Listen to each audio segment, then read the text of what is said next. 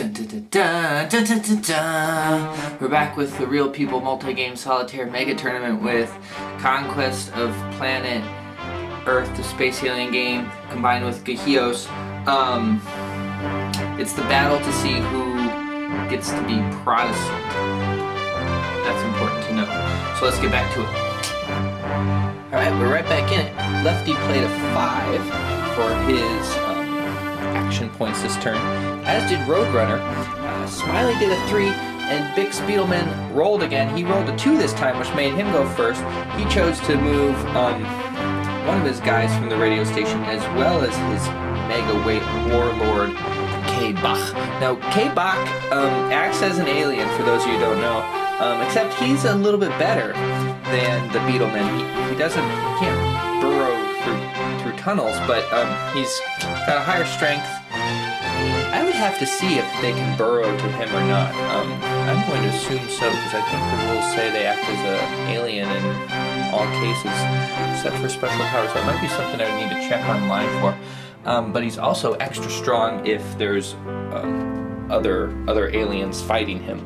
So basically, chose to move both those guys. He's going to draw his location, and it's a forest. Not too interesting there, and he actually wants to change that.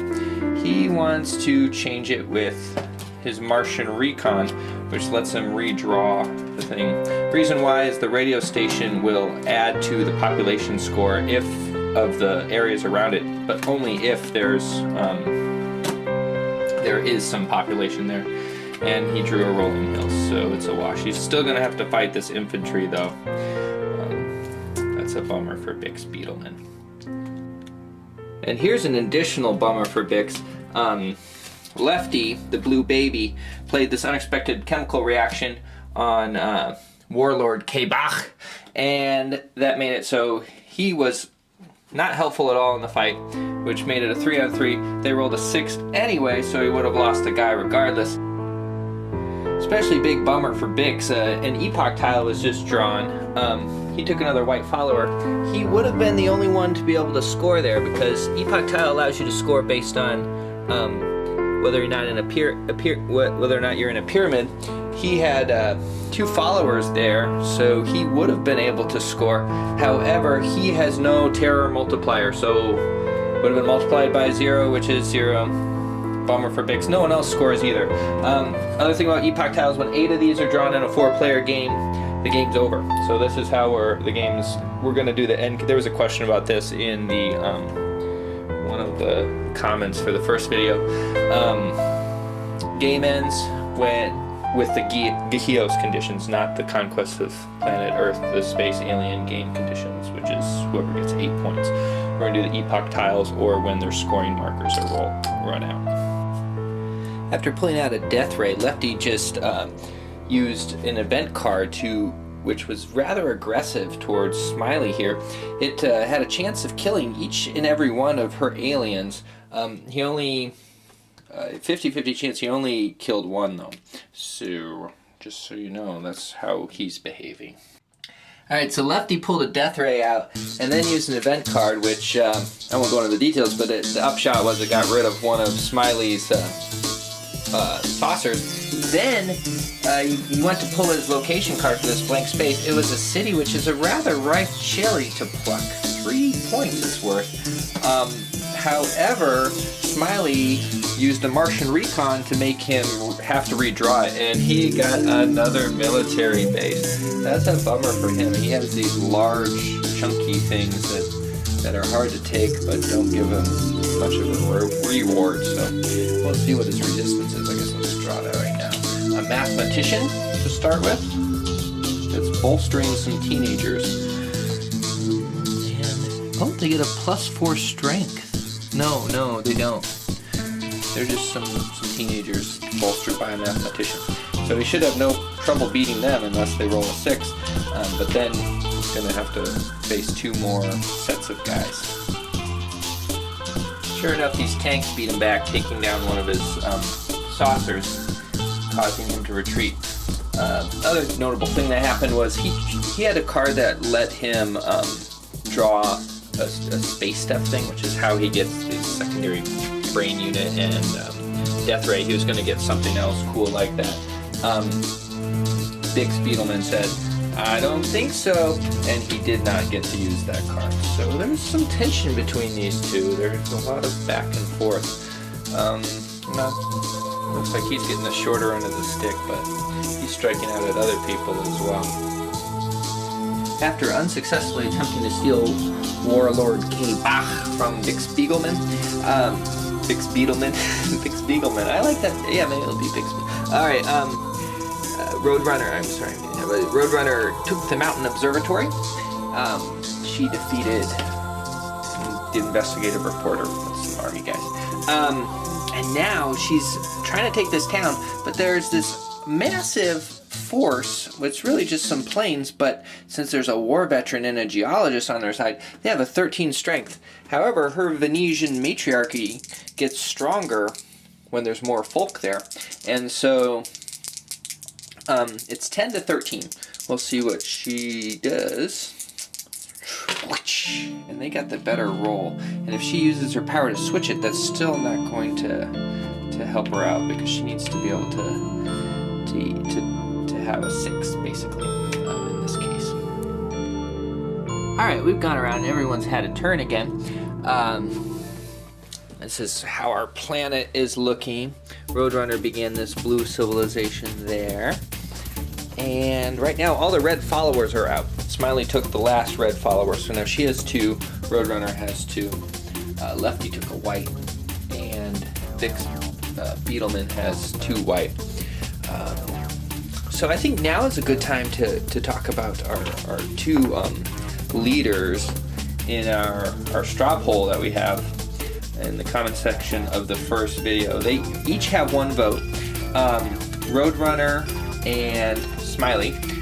Just give you a little comparative. This is something I haven't done before. I normally read off kind of what's going on, what's on the back of these Real People cards when we first start, but I don't ever let you see them side by side so you can kind of compare them, which is what I sometimes have to do.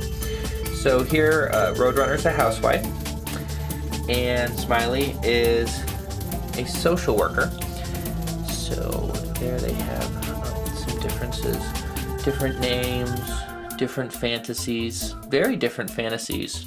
You know, I kind of think I didn't quite understand Roadrunner's fantasy, but I think it's starting to make sense to me. I thought maybe she wanted to become 5 feet and also win the Miss America pageant, but I think she just wants to win the Miss America pageant. However, she's a housewife, so she's married. So I think she wants to get a divorce and win the Miss America pageant and make a statement by being 5 feet and being able to win. Smiley wants to rob a bank. Who has the more altruistic goal? I don't know. But maybe, I guess I could see Roadrunner maybe having more to say with that, being like, you know, I can be 5 feet and a divorcee and still win Miss America. You know, I think that would be changing to the world of people who watch pageants. Pet peeve. Counting gray hair. So, again, I think Roadrunner is unclear.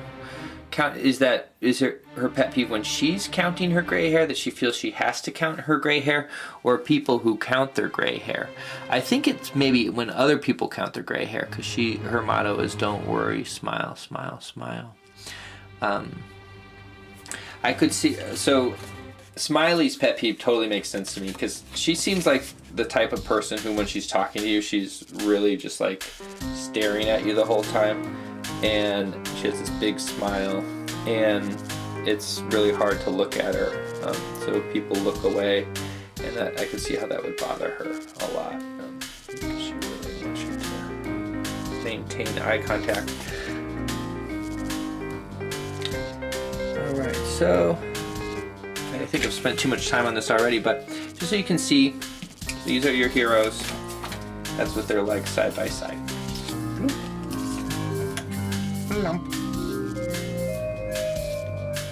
Both gentlemen played this card called Invasion Plans to get 2 different effects. It has 2 different effects. Bix got to roll 2 dice to determine which d6 he used, and he chose the 6 over the 3. And Lefty got to reclaim all of his command counters, and thus he chose to go 6 again. Roadrunner ended up getting to go first with a 4, which is a pretty high number to get to go first with.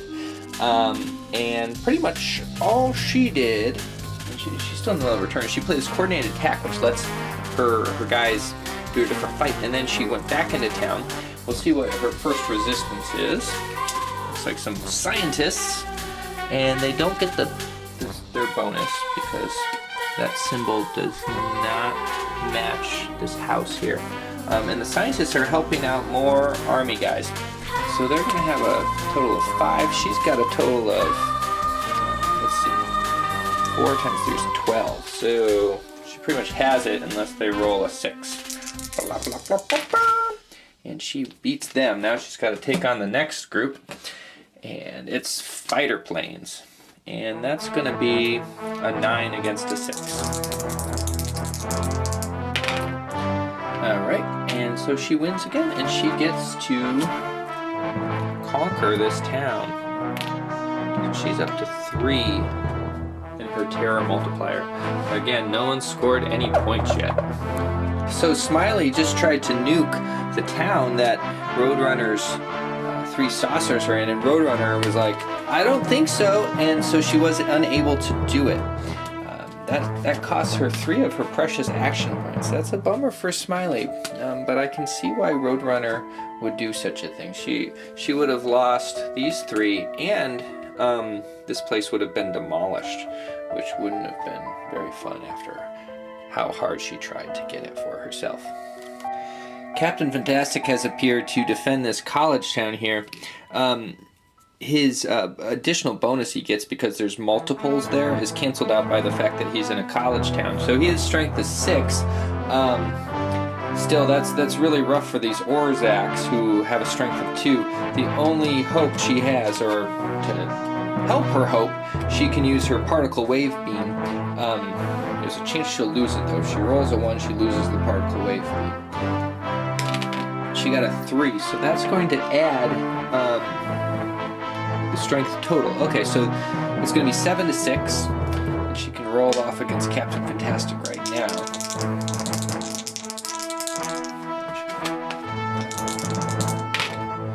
Oh, and they got a tie in the roll. That means that she beat Captain Fantastic and gets to conquer this college town. That certainly brightens up her turn. So her terror total is now 5. Well, Smiley took the opportunity while her multiplier was still high to score some points. She placed a temple and thus was able to be our first scorer of the game. She has 20 points.